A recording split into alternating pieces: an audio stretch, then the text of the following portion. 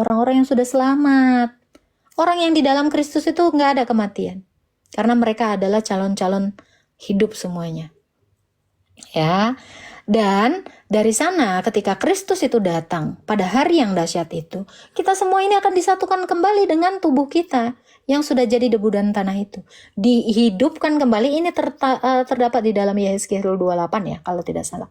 Ya, kita dibangkitkan, tulang-tulang itu berderap-derap menyatu kembali, dibikin lagi urat-urat kita, ditutup lagi dengan kulit dan dihembuskan roh. Itu adalah roh kita yang ada di Firdaus disatukan kembali dengan tubuh kita. Nah, lalu setelah itu kita diubahkan menjadi tubuh yang sama dengan tubuh Kristus, tubuh kemuliaan. Itu tadi Filipi 3 ayat 20-21. Bunda nerangin sesimpel ini aja kok nggak tahu. Ini semua penjelasan Bunda ada ayatnya di dalam Alkitab, ya. Jadi seperti itu. Jadi jangan lagi mengatakan nggak ada hubungannya. Mati dan belum, mereka udah selamat, Bung. Kita sedang berjuang. Mereka sudah di garis finish.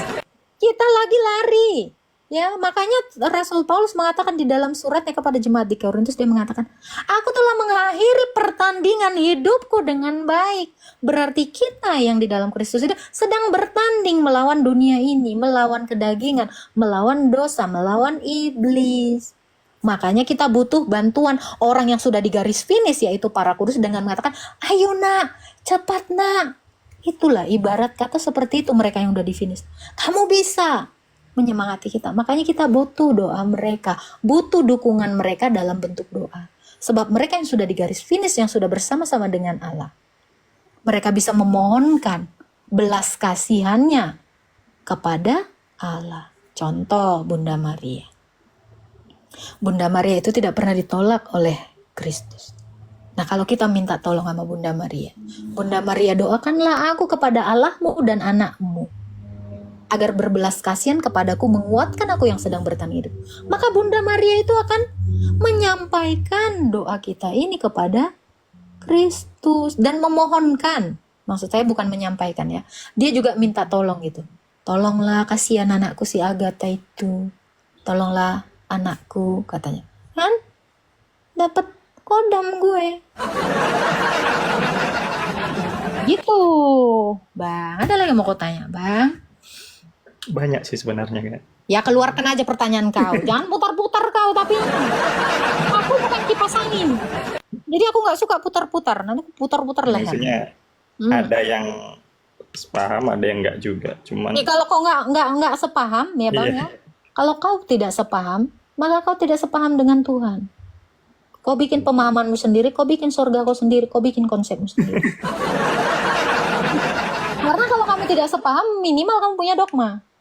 Dogma yang saya kasih tahu ini semuanya ada di dalam Alkitab. Seperti inilah Yesus mengajarkan. Sebab kalau kamu tidak menerima ajaran Yesus, tidak ada keselamatan bagi kamu.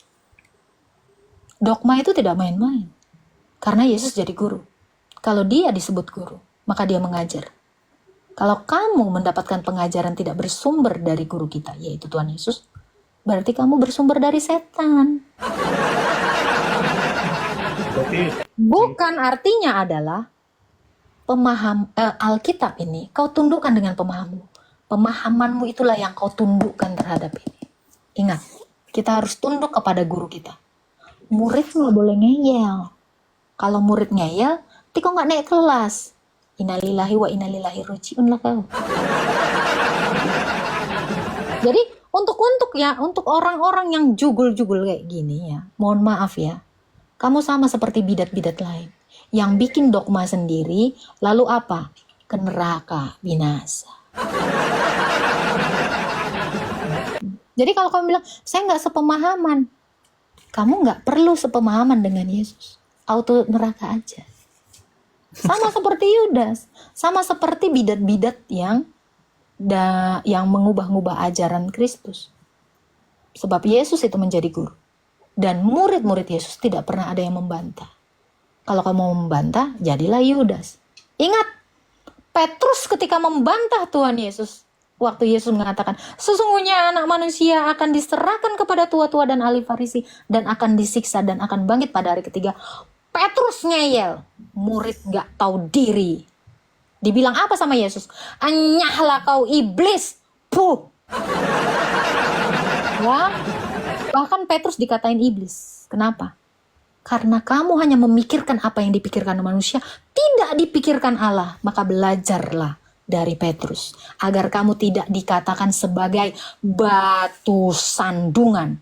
Yesus bahkan mengatakan, Petrus, kau batu sandungan. Kamu mau jadi batu sandungan? Gitu ya. Kalau kamu mengaku kamu tukang gali Alkitab, ya, kamu hanya menjadi tukang gali.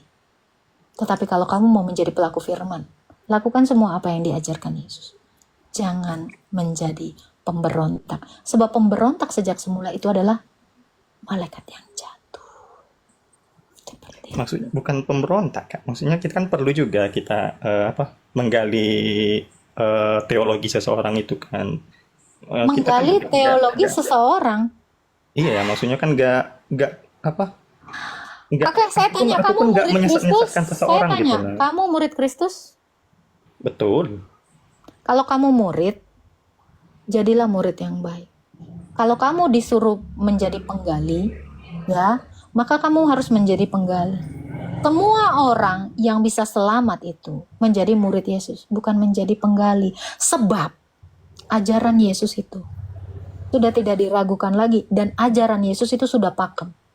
Makanya kenapa gereja berdiri hingga sekarang ini? Karena paradosis. Ajaran turun-temurun. Nah, kalau kamu keluar dari tradisi suci gereja, ya mohon maaf, kamu tidak ubah dengan bidat Arianisme, dengan bidat patriparsionisme, ya, oneness Pentakostal, ya, itu Sabelius, Montanus. Mereka itu adalah orang-orang yang berusaha menundukkan Alkitab dengan akalnya yang sejengkal. Ya, Kristus itu adalah Allah. Dia mengetahui segala sesuatu. Jadi ketika kamu mengatakan, kan kita perlu Kak menggali Alkitab. Bukan. Kamu perlu menjadi pelaku apa yang diajarkan di dalam Alkitab. Bukan membantah. Sebab gereja Allah tidak punya kebiasaan membantah. 1 Korintus 11 ayat 16. Jadi kalau ada jemaat Allah atau gereja Allah yang suka membantah, kamu akan diekskomunikasi. Kamu tidak menjadi bagian dari murid Yesus. Tapi kan menjadi pelaku itu nggak ini kan. Maksudnya meskipun berbeda pemahamannya, bukan berarti kita menyesatkan orang itu kan. Loh, kalau kamu beda pemahaman, mungkin nggak kamu lakukan? Sedangkan Kalau kamu, Paulus, nggak, jawab dulu. Kalau kamu beda pemahaman, Yesus nyuruhnya baptis, terus kau tiba-tiba pargoy. ya itu beda lah. Maksudnya kan Loh, kalau caranya berbeda, tetapi pemahamanmu tujuannya baptis, sama. dengar. Kalau pemahamanmu baptis itu hanya dengan dalam nama Bapa, Anak, dan Roh Kudus, walaupun dengan cara disembur, cuy. Karena yang penting materinya air, ya kan? Tapi kalau salah pemahaman, kamu salah melakukan. Kamu tidak bisa melakukan sesuatu yang tidak kamu pahami. Kamu jangan menipu dirimu sendiri. Sebab kalau orang tidak paham cara buat bolu, yang dibikin nanti adalah apa? Es teh manis. Seseorang bisa membuat bolu kalau dia paham cara membuat bolu. Jadi seseorang dikatakan menjadi pelaku firman kalau dia paham firman. Situ paham aja enggak, apa yang mau lakukan? Jangan bodoh dong, ini logika. Jadi Paulus sama Yakobus itu beda teologi loh, Mungkin tapi tidak. tetap satu di dalam Kristus. Saya tanya, Paulus dengan Yakobus beda teologi, apa bedanya? Yang mana yang beda? Si Paulus kan apa? Dengan iman pun ya kita ini diselamatkan. Tetapi Mana Yakobus kan dalilnya? bilang Mana dengan dalilnya? Mana dalilnya? melakukannya, Mana dalilnya Rasul Paulus mengatakan gitu? oh ya, Iya.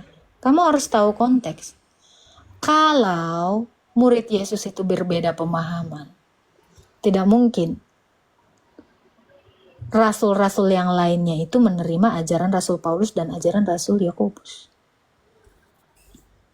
Dan satu lagi ya tukang gali, jangan mengatakan si Paulus. Itu rasul kebanggaan saya. Nanti kalau kupanggil bapakmu itu dengan nama si botak itu, kan gak enak. Sopan. Manggilnya kan nama. Sopan dengan gereja mula-mula. Saya tidak suka orang-orang yang tidak tahu aturan seperti Anda. Si Paulus, si Yakobus. Kayaknya muridnya Yesus aja nggak berani ngomong gitu. Itu semuanya uskup. Jangan tidak sopan ya. Orang-orang yang nggak berpendidikan kayak ini menjijikkan kadang-kadang.